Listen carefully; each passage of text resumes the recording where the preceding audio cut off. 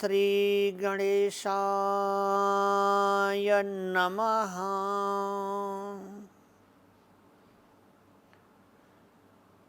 श्री गुरु चरण कमलेभ्यो नमः। सीताभिरामं रणरङ्गधीरं कारुण्यरूपं करुणाकरन्तं श्रीरामचन्द्रं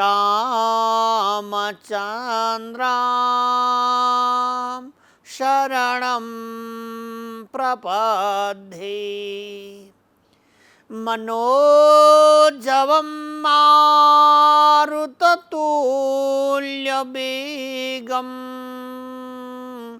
जितेन्द्रियं बुद्धिमतां वरिष्ठं वातात्मजं वानरयूथमुख्यं श्रीरामचन्द्रं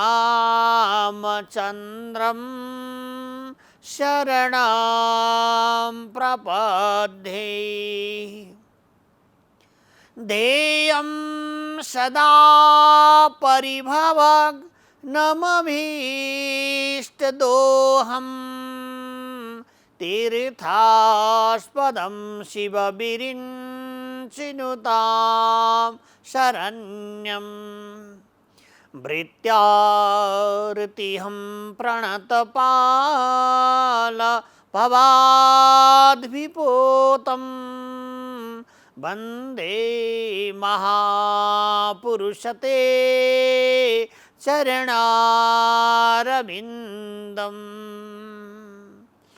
मंगलभवन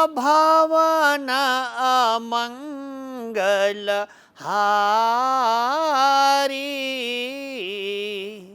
द्रवौषु दशरथ अजीर बिहारी।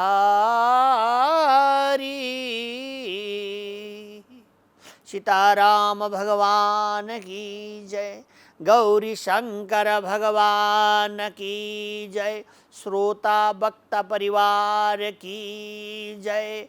जय जय सीताराम। हरि बोल। मंगल्यमय भगवान का अमृत मोक्ष ज्ञान को गति लाई श्रवण गरेर पार्वती महारानी बडो खुसी हुनुभयो। महादेव हजुर वास्तवमा रामको गतिलाई समुद्र झै फैलिएका प्रभु रघुनन्दन प्रभुका ती दिव्यमय लीलामृतहरू श्रवण गराएर सूर्यवंश शिरोमणि सूर्यको चाहिँ तेज पुञ्जले युक्त हुनुभएका प्रभुका मंगल्यमय मोक्ष ज्ञान जो लक्ष्मणलाई प्रभु रामले बक्स्यो त्यो अमृत हजुरले मलाई श्रवण गराएर धन्य बनाउनु भयो। प्रभु भगवानका चरण अमृत श्रवण गरेर म थाकेकी छैन। अरु प्रभुका अमृतहरू श्रवण गर्नका लागि मेरो मनसुवा भइरहेको छ।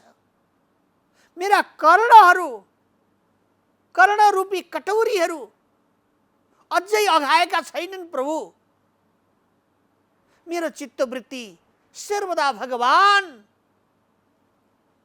लक्ष्मीपति नारायण प्रभु रघुनन्दन प्रभुका चरण कमलमा सर्वदा लागिरहेको छ। म बारम्बार हजुरलाई वन्दन गर्दछु। जो प्रभु रघुनन्दन प्रभु रामले आफ्ना भाइका लागि जिज्ञासा गरेबाट मंगल्यमय मोक्ष गतिको वर्णन गर्नुभयो। त्यो श्रवण हजुरले मलाई विस्तार पूर्वकले गरी बक्सियोस् परमात्मा। अरु श्रवण गर्ने मलाई लालसा बढिरहेको छ, उमङ्गता बढिरहेको छ, मनोत्सुवा बढिरहेको छ। प्रभु भगवान महादेवले आँखा बन्द गर्नुभयो, भगवानको चिन्तन गर्नुहुन्छ। लक्ष्मीपते सुरगुरु प्रणिपत्य मूर्धा याचे मुदादिज बरो मुरलीधराख्यो भद्रम करोतु सततम बदरी विशालम। साक्षात भगवान परमात्मा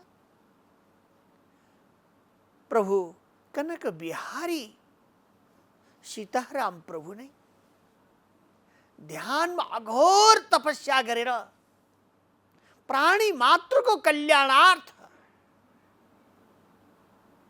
श्री बदरी नारायण का समीप में शंभु गंगा का किनारमा पावन्यमय वसुधाराबाट आएको त्यो दिव्यमय जलमा आस्वादन गर्दै हिमगिरीहरूका नजिकमा बदरीका मुनि थपक्क बसेर ब्रह्मको आनन्द चिन्तन गरिरहनु भएका बदरीपति चतुर्भुज रूप नारायण प्रभुलाई म वन्दन गर्दछु। हे लक्ष्मीपति परमात्मा, हजुरका लीलाहरू अपरम्पार छन्। जसले हजुरका गतिहरूलाई जान्न चाहन्छ त्यो कहिल्यै पनि पार पाउन सक्दैन प्रभु। अपरम्पार हजुरका अमृतहरू छन्, गुणानुवादहरू छन्। यसैले म बारम्बार शिर निहुर्याएर हजुरलाई वन्दन गर्दछु। त्यही परमात्मा सीताराम प्रभु आज साधारण लीला, साधारण मानुषको जस्तो लीला गरेर प्राणीहरूका लागि, उद्धारका लागि, कल्याण गरिबक्सनका लागि हेतु कर्म गर्नुपर्दछ। मर्यादित भएर जगतमा रहनुपर्दछ। मान्यजन, गुरुजन, योगीजन, सन्त महामुनिन्द्रजनहरूको शरणागति स्वीकार गर्नुपर्दछ। यसैबाट मानव जीवनको कल्याण हुन्छ। यसैबाट बारम्बार जन्म र मृत्युको महाभवाटवीमा पर्ने जीवहरू मोक्ष हुन्छ भनेर हजुरले गरेर देखाइबक्सेको छ। यस्ता रघुकुल भूषण प्रभु रामलाई म बारम्बार वन्दन गर्दछु।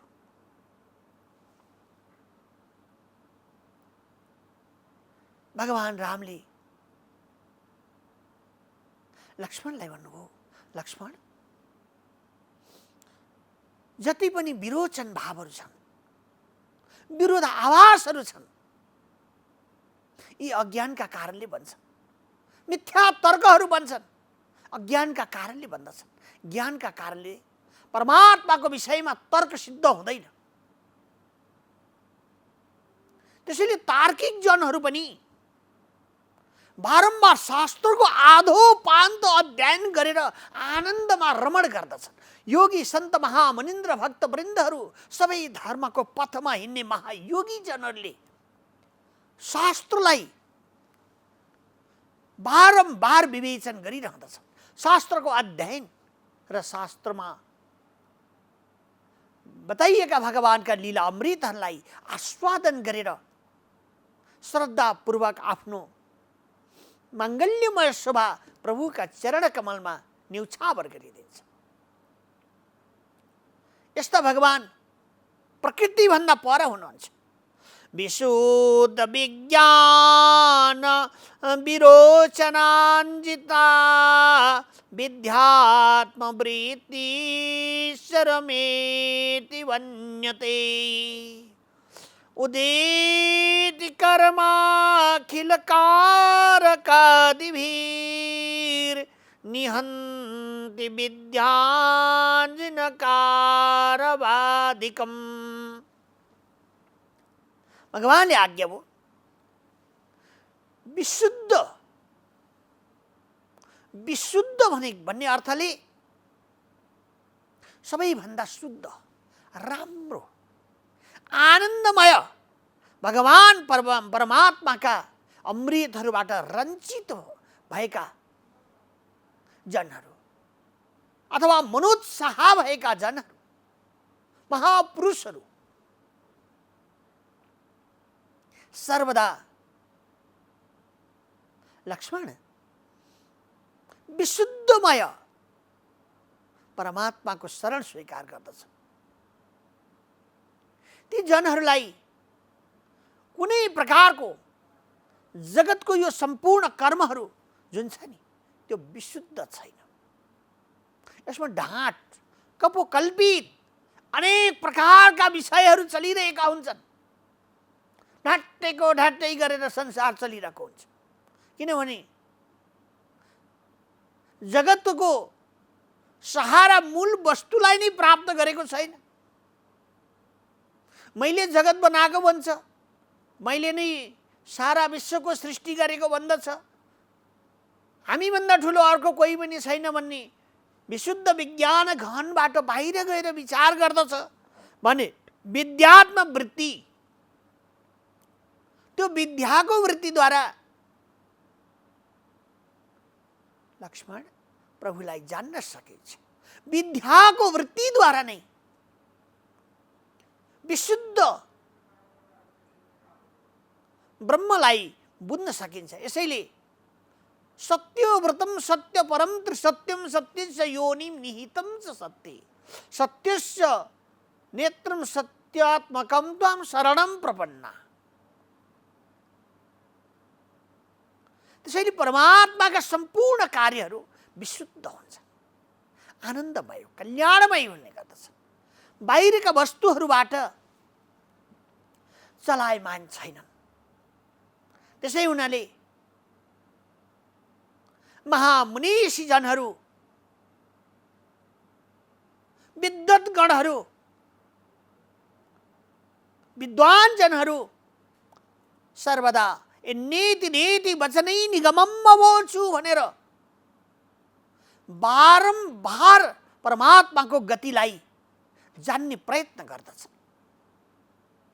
त्यसका लागि बारम्बार सो अध्यायमा राज गर्नुहुन्छ र माला जपहरू गरेर भगवानको दिव्यमय यज्ञ होम होमादि कर्म आदिहरू गरेर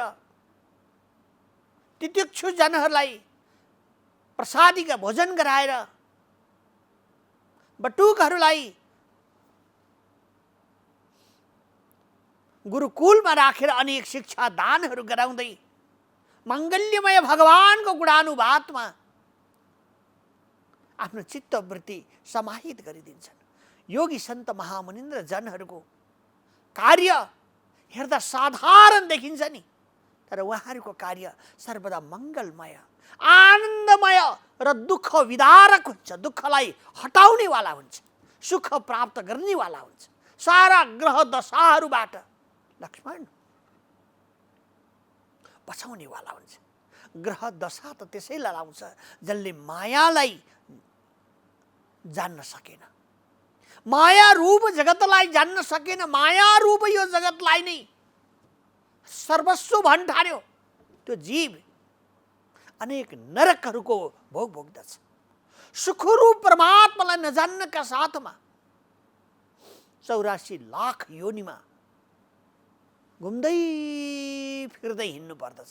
त्यसैले दुःख छ, दुःख आलय हो यो, र सुख एउटै छ, विशुद्ध विज्ञान घन परमात्मालाई जान्नु। जसले जान्दछ लक्ष्मण, जसले जान्दछ ऊ मायाबाट रहित भइहाल्दछ। यो जगतमा रहेर पनि सहजै मोक्षगामी भइहाल्छ। सहजै अप्रमेय आनन्द स्वरूप परमात्मामा प्राप्त भएर आफू पनि ब्रह्म विलयम त्रिगुणा अद्वितीयम, त्रिगुण वस्तुहरूमा पनि ब्रह्म परमात्मा सर्वव्यापक भएको देख्दछ। किनभने निज आफैले बोधन गरेका छ नि।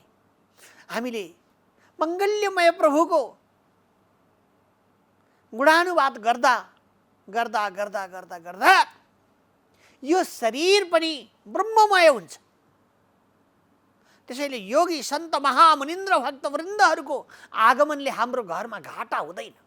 हाम्रो घर मन्दिर हुन्छ, हाम्रो गृहस्थ मन्दिर हुन्छ, हाम्रो यो भूमि मन्दिर हुन्छ। किनभने उसले कति भजन गरेर आएको छ, कति तापेर भजन गरेर आएको छ त्यो महापुरुष। हामी एक मुठी अन्न आफूले सकेको राम्रो एउटा वचन र अलिकति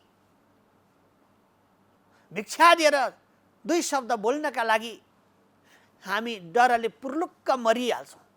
कारण किनभने हामी उल्टो ढाँट बाटोमा गइरहेका छौँ। हामी मङ्गलमय परमात्माको गतिमा गइरहेका छैन। अनि त्यस्तै जीवहरू फेरि महात्माका पोसाकहरू धारण गरेर घर घरमा छलिया बनेर आउने गर्छन्। अनि कहिले कहिले दुःख पाइन्छ। यसैले बुझ्नुपर्छ, ज्ञानको गति, आफूले पनि ज्ञानको गङ्गामा स्नान गरेपछि ती महापुरुषहरूको आगमन भनेको सितिमिति हुँदैन। विद्युत गणहरूको दर्शन त्यसै हुँदैन। प्रभुका अमृतहरूको आस्वादन गर्ने शुभमय समय लक्ष्मण त्यसै मिल्दैन। आज तपाईलाई यो शुभमय समय मिलेको छ। तपाईँ मोक्षको अधिकारी हुनुहुन्छ। यो भवर बन्धनबाट सहजै मोक्ष हुनका हेतु विभेद बुद्धिहरूबाट रहित भएर कर्मबाट नै रञ्चित भएका अथवा एकदम तापेका जनहरू परमात्माको शरणमा आउँदछ। ज्ञान, भक्ति, वैराग्यले ओतप्रोत भएर म परमात्माको गतिमा आउँदछ र बाहिरका वृत्तिहरू केही पनि बाँकी रहँदैन। अब जाग्रत, स्वप्न, सुषुप्तिको अवस्थामा पनि उनले परमात्मा भन्दा दोस्रो वस्तुलाई जान्दैन। उही देखिन्छ। तुरीय अवस्थामा त तद्रूप भइ नै हाल्यो। त्यसैले महामनीषी जनहरूले, योगी सन्त महामुनिन्द्रहरू, जो तपस्वी योगी सन्त महामुनिजनहरू हुनुहुन्छ, हामी चरणको बन्धन गर्दछौँ। सर्वदा वन्दनीय ती जनहरू छन् जसले परमात्माका गुणानुवादमा आफ्नो जीवनलाई समर्पित गरिदिनु भयो।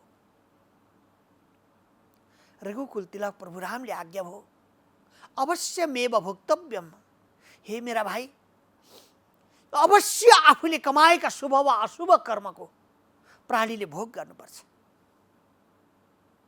त्यसो हुनाले सबै जीवहरू त्यही भोगिरहेका छन्। यो बजारमा हेर न, यो बजारमा सबै देखिरहेको छ जसले आत्मज्ञानद्वारा ब्रह्म विलयम त्रिगुणा अद्वितीयम परमात्मामा लीन हुन सक्दैन। जबसम्म परमात्मालाई बाहिर, भित्र, तल, माथि साक्षात्कार भएको अनुभूति गर्न सक्दैन, तबसम्म मायाले पछि छोड्दिन। माया भनेकी सम्पूर्ण प्रकारको परमात्माको गतिमा लिएर जाने वाली छन् र परमात्माको गतिमा नजानेहरूलाई सहजै संसारको कुवामा फाल्दिने वाली छ, लगेर भव बन्धनमा पार्ने वाली छ। यसैले मायाको संसारदेखि कसरी कुन भक्तिले तर्ने हो। मायाको संसार अचम्मको छ। यसैले विशुद्ध विज्ञान घन भगवानको बाहिरी वृत्तिहरूबाट रहित भएर एकाकार भएर लक्ष्मण ध्यान गर्नु, मङ्गल्यमय प्रभुका चरित्रहरूको आस्वादन गर्नु प्रभु रामले यसरी आज्ञा भएको छ। सम्पूर्ण यो भवाटवीमा कर्मको रञ्जित कारणले गर्दा कर्मबाट सिद्धत्व प्राप्त हुन्छ। सिद्धत्व प्राप्त गरेपछि, तप गरेर सिद्धत्व प्राप्त गरेपछि, भक्ति गरेर सिद्धत्व प्राप्त भएपछि फेरि जन संसारतिर आउने गर्दछ। अनि यहाँ चाहिँ आनन्द छ कि भनेर कोसिस गर्दछ लक्ष्मण, तर आनन्द छैन। किन आनन्द छैन भने माटाको डल्लोलाई जति चलाए पनि माटै हो नि त त्यो। यस्तै यो शरीरलाई जति नै माया गरेर हेरे पनि यो समय अनुसार आफै खस्किँदै जान्छ। यसलाई सुनको लुगा लगाइदिए पनि, बडा बडा चिजहरू, मिठा मिठा चिजहरू पकवान खुवाए पनि, यसलाई राम्रा राम्रा खालका कालीगढीले युक्त भएका चिजहरू पहिरिए पनि राम्रा ठाउँहरूमा गएर सहज गरेर घुमे पनि समय अनुसार थाहै नभइकन लक्ष्मण कालका गालमा ती जनहरू गइरहेका हुन्छन्। थाहा पाउँदा 80 वर्ष बितेको हुन्छ। अब 2-4 दिनमा शरीर पञ्चमहाभूतले छोड्नेवाला छ। आत्मारू ब्रह्म सर्वदा प्रकाशबाट एक रस भइरहेको हुन्छ। एक रस सर्वव्यापक आनन्द विशुद्ध आत्मारूप भएर प्रकाशित भइरहेको छ। यसले त्यसलाई बोधन गर्न सकेन भने कालको तमाचा सहनुपर्छ। तमाचा भनेको कालले पड्काउँदाखेरि निर्दयी बनेर अनेक प्रकारका दुःखहरूमा ग्रसित भएको प्राणीलाई अरू दुःख भोग्नुपर्ने हुन्छ। पक्कै ज्ञानको आलम्बन नगरेसम्म, ब्रह्म ज्ञानलाई साक्षात्कार नगरेसम्म, निधिध्यासन गरेर आफैमा आनन्दको लट्टु नभएसम्म कसले आनन्द दिन्छ? कुन पसलले आनन्द दिन्छ? कुन दोकानले आनन्द दिन्छ? कुन देशमा त्यो आनन्दको दोकान फिजाएर राखेको छ? कहीँ पनि छैन। काम्य वासनाको मोज मात्रै छ। त्यो पनि यो शरीर सक्षम होइन्जेल, धन होइन्जेल, विचार होइन्जेल, शक्ति भक्ति र शरीरमा अलिकति सामर्थ्य बल पाखुरीमा होइन्जेल भगवानले आज्ञा हुन्छ बल त साक्षात म परब्रह्म परमात्माले नै दिएको हो। सम्पूर्ण ज्योति रूप आत्मा ब्रह्म रूप म प्रकाशित भएर शरीरका अङ्ग अङ्गमा रञ्चित आनन्द प्रकाशित गरिरहेको छु। तब सबै अङ्गहरूले सही ढङ्गले इन्जनहरू चलिरहेका छन्। तैपनि ब्रह्म आनन्दको विषयलाई जान्न जीवले कोसिस गर्दैन।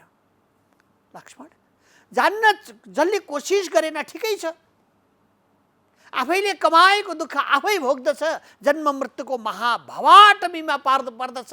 त्यसैले आनन्दमा परमात्माको गतिमा प्राप्त नभएको जीव पुनरपि जननम पुनरपि मरणम पुनरपि जननी जठरे शयनम इद संसारे खलु दुष्टारे कृपया पारे पाहि मुरारे भज गोविन्दम भज गोविन्दम गोविन्दम भज मूढमते। भगवान शङ्करले यो मङ्गल्यमय गुणानुवाद साक्षात्कार परमात्मालाई गरेपछि आवाज सुन्नुभएको छ, हे शङ्कर अब जान्नु बोधन गर्नुपर्ने केही बाँकी छैन। फर्केर गएर आनन्द रूपले ज्ञान भक्ति र वैराग्यले ओतप्रोत भएर गोविन्दको भजन गर। सबै जनहरूले संसार भवसागर हेर्दै डरलाग्दो छ, यो काली लाग्दो छ। विषय नै यो विषय भन्ने अर्थ विष हो। विषैलो विषले भरिएको छ।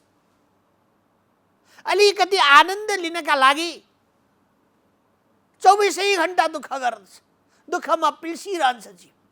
अनि त्यो आनन्दको छटा, त्यही आनन्द अलिकति प्राप्त गर्न योगी सन्त महामुनिन्द्र जनहरूले विशुद्ध आनन्द प्राप्त गर्नका लागि संसारको भवबन्धनलाई छोडेर एकाकारमा ब्रह्म विषयक आनन्द लिइरहनु भएको हुन्छ र परमात्मामा नै समाहित भएर विशुद्ध ज्ञान परमात्माको ध्यान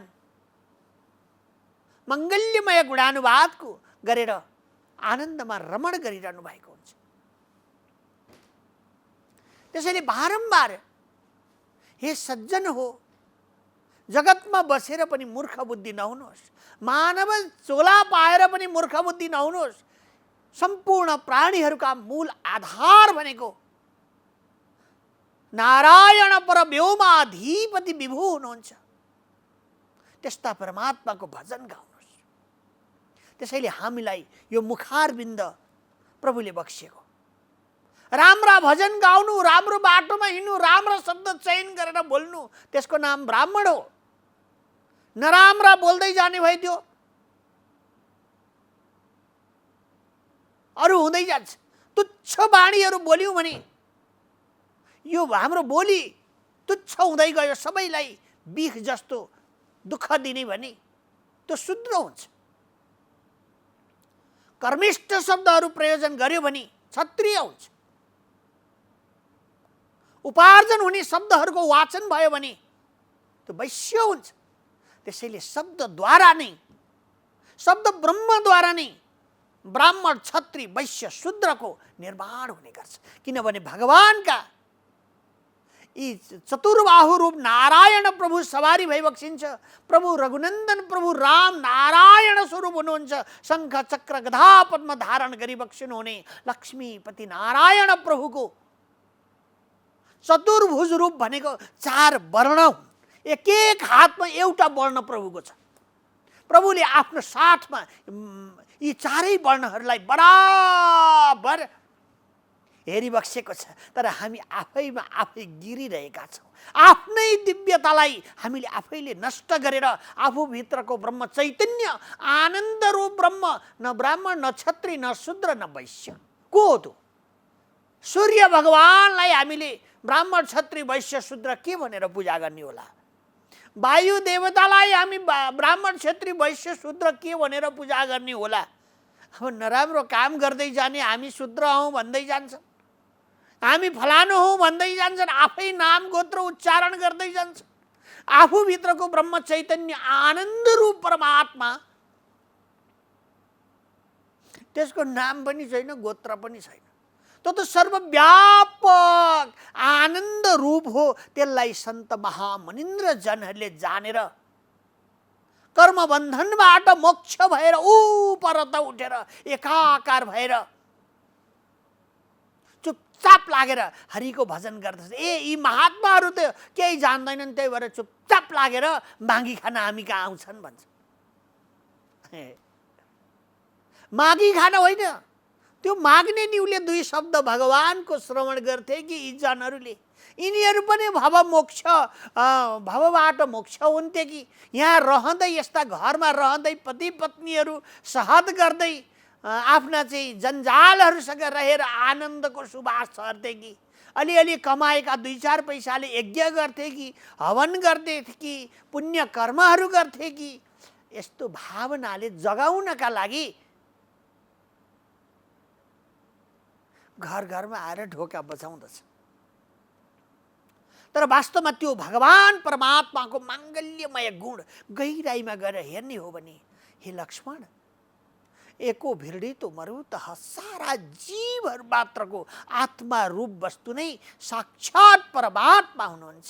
त्यो परमात्मामा मिलन नभएसम्म, त्यसरी ज्ञान प्रकृति र पुरुषको विषयको विवेचन एक रूप नभएसम्म म ब्रह्मको हुँ भन्न नसक्ने प्राणीले जन्म अनेक प्रकारका ग्रहण गरिरहेका हुन्छन्।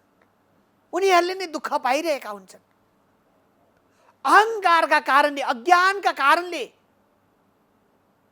ज्ञानबाट विमुख भएका कारणले, गुरु महापुरुषहरूबाट ज्ञान प्रदत्त नभएका, ज्ञान प्राप्त नगरेका ती जनहरूले कसरी प्राकस्यमय परमात्माको गतिमा जान सक्नु होला त? कसरी माङ्गल्यमय गुणानुवादको अमृतको आस्वादन गर्न सक्नु होला त बाबु? त्यसो हुनाले लक्ष्मण, जो सम्पूर्ण गति र सम्पूर्ण प्रकारका सम्पत्तिहरूका मालिक वासुदेव सर्वम परमात्मा हुनुहुन्छ। आजको प्रसङ्गमती यहाँ पूर्ण हुन्छ। जय श्री राम, जय हनुमान। श्री राम जय राम, जय जय राम। श्री राम जय राम, जय जय राम।